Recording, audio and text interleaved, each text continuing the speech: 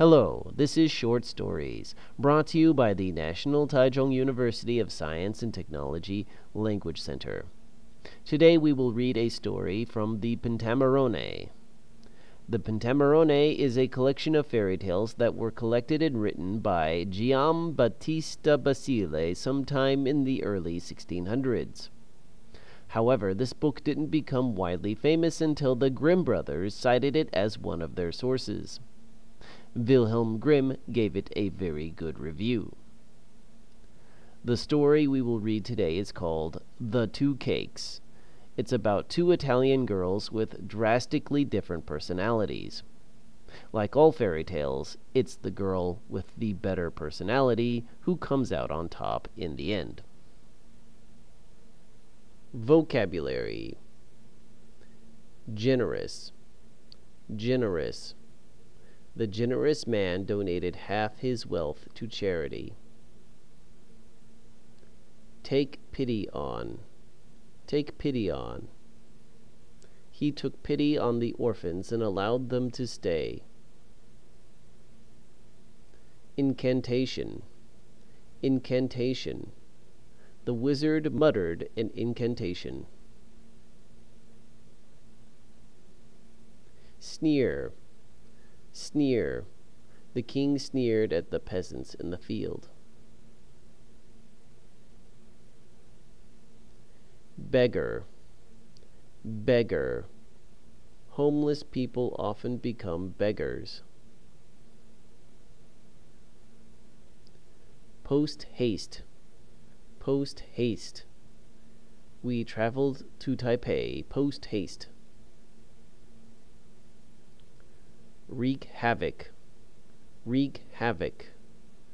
The winter storm wreaked havoc on flight schedules.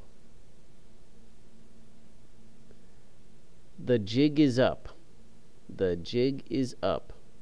Quit lying, the jig is up.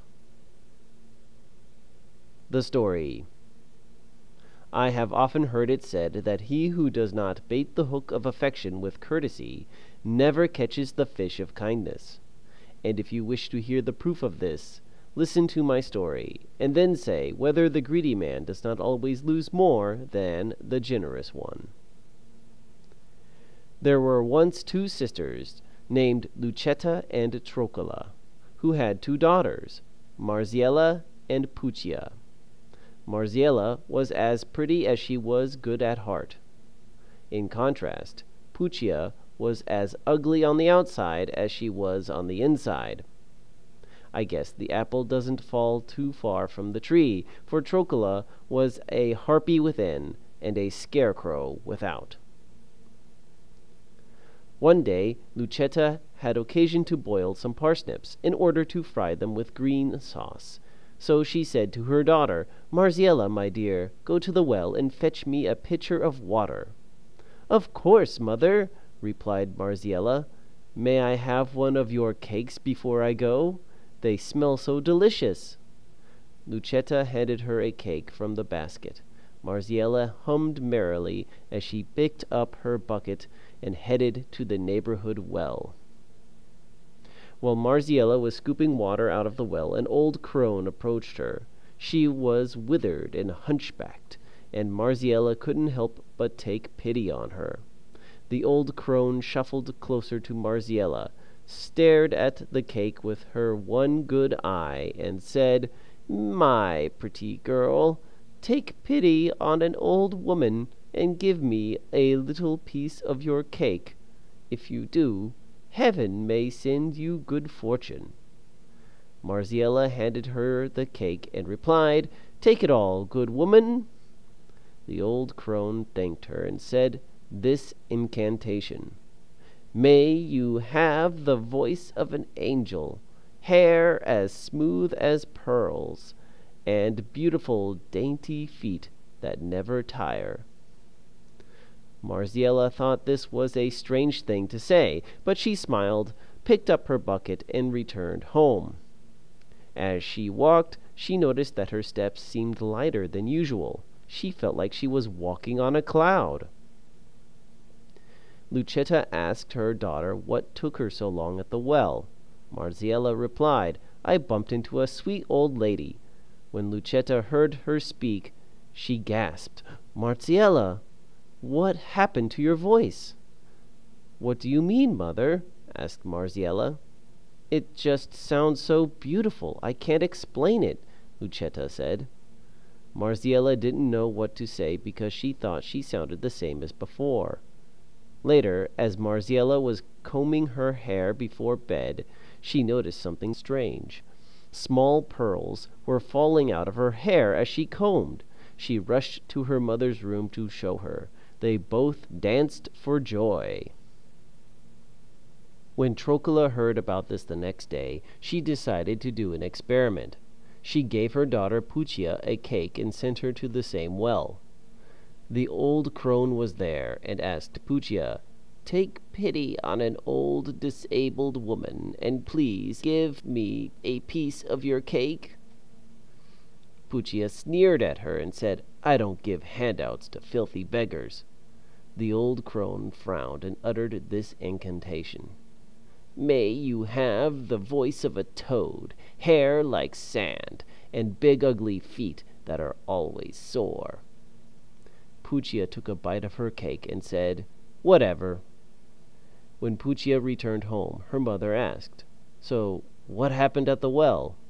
Puccia growled, "Leave me alone. Can't you see I'm resting my feet? Ouch!" Trocula looked worried. "Did you meet anyone at the well?" she asked. "Yeah, I met this old hag who tried to eat my cake," said Puccia as she rubbed her feet. Trocula noticed something strange about Puccia's voice. "Is your throat sore too?" she asked her daughter. "Huh?" replied Puccia, only it didn't sound like "huh" to Trocula. It sounded more like "croak." Trocula gasped. Later, while Puccia was combing her hair before bed, she noticed something strange. She saw grains of sand fall out of her hair and onto her lap. "What the?" she muttered as she took a close look at her comb. After this, Puccia became sullen and refused to leave her room. A month later, word of the amazing girl who spoke like an angel and had pearls in her hair spread across the whole kingdom. King Chiunzo heard this news and decided that he must meet this magnificent maiden. He sent a message to Lucetta to bring her daughter to his castle post haste. Unfortunately, Lucetta was very ill at the time and was too weak to travel. She asked her sister Trocula to escort Marziella to the castle for her. Trocula grinned because she saw that matters were finally playing into her hands. "Oh, I'll take your daughter out. Don't you worry," she said. King Chiunzo's castle was on an island in the Bay of Naples. Trocula took her daughter and Marziella to the dock and paid a ferryman to take them across. She slipped the ferryman a little extra for an additional service. When the small boat was about halfway to the island, the ferryman suddenly grabbed Marziella and threw her overboard. Marziella tried to get back in, but she was a poor swimmer, and the ferryman rowed too quickly. The last thing Marziella saw before she sank beneath the waves was Trocula's smiling face. When Trocula arrived on King Chiunzo's island, she pretended to be Lucetta. "Your Highness, I am honored to meet you. This is my daughter, Marziella." King Chiunzo smiled and said, "I've heard so much about you, Marziella. Is it true you have the voice of an angel?" Before Puccia could answer, Trocula butted in. "She has a sore throat, my lord. The doctor said that she needs to rest her voice." The king looked disappointed. He then asked, "I've also heard that you have hair as smooth as a pearl. Is that true?" Again Trocula answered for her daughter. "The sea air has wreaked havoc on her hair and skin. She won't be taking off her veil today," she said. The king sighed and said, "Well, I guess we'll go have dinner then. Come this way, please." As they walked up the hill to the castle, King Kyunzo could hear Puchia grunting and wincing. "What's wrong, my dear?" he asked. Puchia sat on a rock and started rubbing her big ugly foot. "Good God! What happened to your feet?" asked the king. Trocula answered, "She was so excited to meet you that she walked all the way from Milan to be here." The king called for one of his servants to fetch the sedan chair to carry Marziella up the hill. Trocula did not know this, but among the king's staff was a boy named Chiyomo, who was none other than Marziella's brother. When Chiyomo arrived with the sedan chair, he took one look at the visitors and said, "Aunt Trocula, Cousin Puchia, what are you doing here?" The jig was up. Trocula had no answer. The king asked Chiyomo to explain and discovered that he had been tricked. "Guards, take these two impostors away." Trocula and Puchia were shoved back onto the boat and sent away. A few days passed, and no one knew what had happened to the real Marziella. One day, while Chiyomo was walking along the shore on his way to feed the king's geese, he saw a young woman sitting alone on the beach. He approached her and discovered it was his sister. "Marziella, what are you doing here?" The two siblings hugged each other and began a long conversation about everything that had transpired. Chiyomo ran to tell the king, who marched down to the beach to meet the girl in person. "Are you the real Marziella?" the king asked. Marziella said she was, and explained how she had survived her murder attempt. "A sea nymph grabbed me and took me to her cave. I thought I was saved, but she made me her slave instead. I am allowed to be on dry land during the day, but at night I am pulled back into the sea by this magic anklet." She pointed at the dainty gold chain on her ankle. "I will free you," declared the king.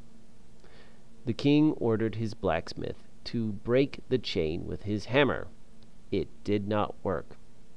The next day he ordered his farrier to use his file to cut through the chain. That did not work either. On the third day, the king tried something drastic. He removed the diamond from his crown and asked his jeweler to fashion it into a knife. The king used this knife to cut through the chain himself. This time it worked. Marziella was free. You probably have already guessed that the king and Marziella got married soon after these events. On their wedding day, the king looked into Marziella's eyes and said, "I have freed you from the chains of slavery and bound myself to you with the chains of love." The whole kingdom rejoiced, that is, except for Trocula and Puchia. The king decreed that, as punishment, they should be forced to become beggars. Trocula pleaded with the king not to punish them so harshly. "Take pity on an old woman and her poor daughter," she said. The king replied, "Those who show no pity find none." And now for the questions. Number 1. What is the relationship between Marziella and Puchia? A. They are sisters. B. They are lovers. C. They are cousins. D. They are not related. The answer is C. They are cousins. Question 2. Why didn't Marziella drown in the sea? A. She was saved by Trocula. B. She was a strong swimmer. C. She was grabbed by a sea nymph. D. She was a mermaid. The answer is C. She was grabbed by a sea nymph. Question 3. How did Marziella get so many pearls? A. She found them on the beach. B. They fell out of her hair. C. She stole them from the king. D. They were a gift from the king. The answer is B. They fell out of her hair. Question 4. What is the lesson of the story? A. What goes around comes around. B. Don't judge a book by its cover. C. Don't put all your eggs in one basket. D. Cake is delicious. The answer is A. What goes around comes around. What you do to others, you get in return.